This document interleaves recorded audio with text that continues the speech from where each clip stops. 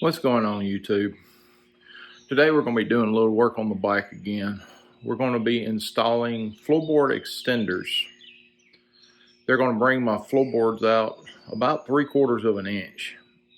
And from what I've heard, it makes a major difference in comfort, and it helps get your leg off of the exhaust a little bit and be able to keep your feet planted on the floorboards. So we'll get to the install right after this.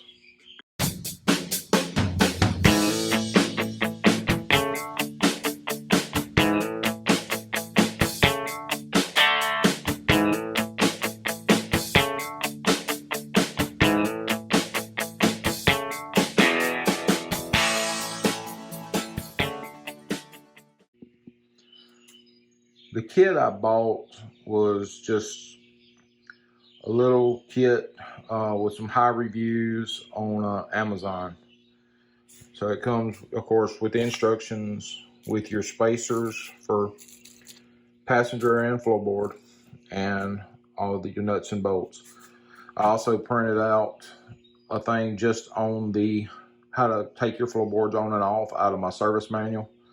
So I would have it to go by to make sure the torque settings and all that. All you need for this job is a 9/16 open box end, a ratchet, possibly an extension. I don't know if I'm gonna need it, but I went ahead and got it. And a 5/16 hex head. All you have to do is remove this bolt and this bolt, and this one has a nut on the back side. And when you do that, the whole floorboard should come off. Okay, let's loosen this front one first.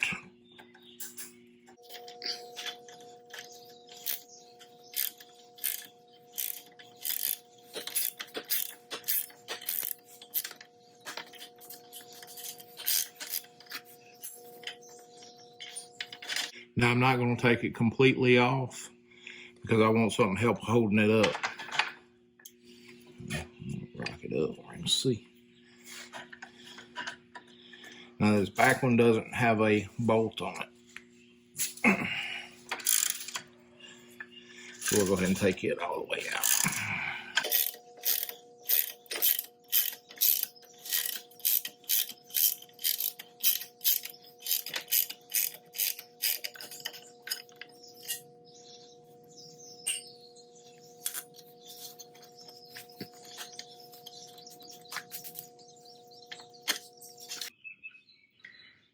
And that's all you have to do to take it off. Simple. Putting it back on is pretty much the same way. Now let's get the spacers for this side and see what else we need to do. One thing I always try to do, or I've started trying to do anytime I work on my bike, is I try to kind of wipe down some of the areas that I never get to when cleaning. I mean, this is something that'll never be seen, but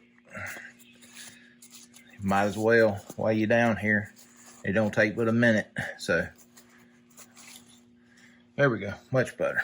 And you can see the sight glass, and check it also.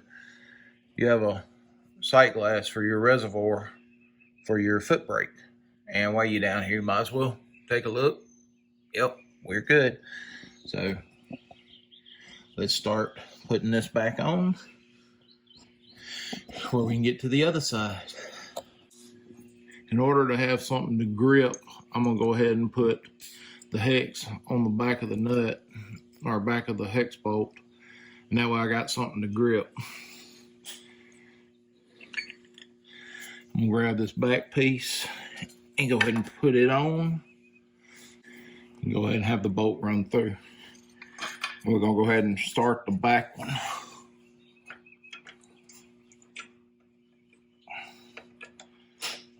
Since I don't have a nut to worry with on it, we'll just get it started a little bit, enough to hold. But I'll make sure it has enough that I can get the stuff behind it.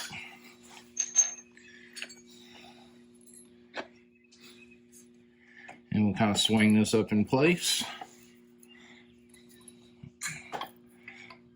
the bolt through, put your spacer on, and go ahead and line all this up.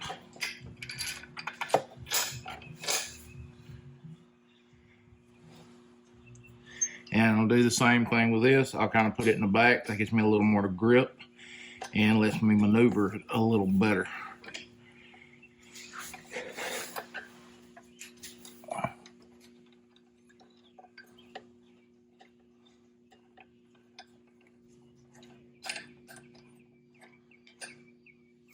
All right, we got both of them started.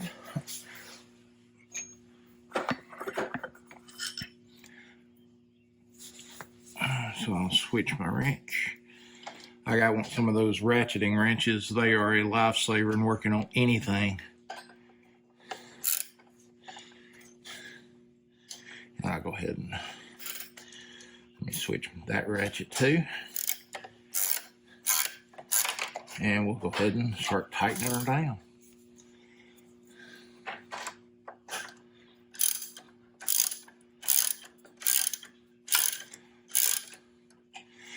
Let me make sure your wiring behind is not pinched, because there is some wires that run through there, as I mentioned earlier. So I want to make sure those are okay. Let me get all this back on. And I'll torque everything in just a second. All right, let's get the other one back on. I think I want that. Make sure if it starts feeling like it's in a bind, that you back out immediately, because you want to make sure you don't cross thread.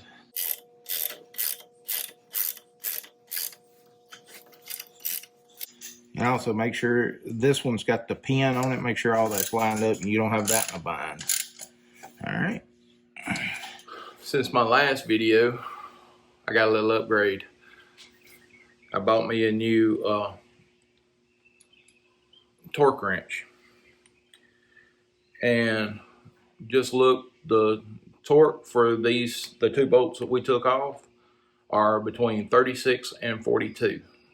So 38 to 40 would be a good setting. So I'm gonna set my wrench. It's the click type. So let me get that set and we will get these torqued and get to work on the other side. I'm probably not going to go through the whole ordeal on this one. I'll show the jiffy stand and any differences we have with it. So let's get to it. Don't really see any major differences.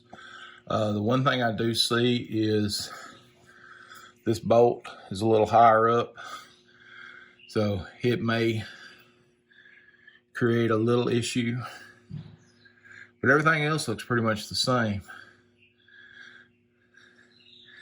If there is any difference, I'll let y'all know and show you, but otherwise I'm just gonna go ahead and change this one out and we'll take a look at it once it's done. Okay, got the left-hand side on. I think that's gonna make a world of difference. It was only gonna extend out about 3/4 of an inch, but from everything I've researched on these extensions, 3/4 of an inch makes a lot of difference. The only size I saw up after that was 1 1/4, and I was afraid it would be a little too much. So I decided to go with the 3/4. I think I paid like 30 bucks for these. So if it don't work, I'm not out a whole lot. I was expecting it to be a lot more, but that's kind of the wrap. Well, actually, there is one more thing I want to do. It's nothing to do with the floorboards. I wanted to tighten up the suspension on my bike some, see if I could make it ride a little smoother.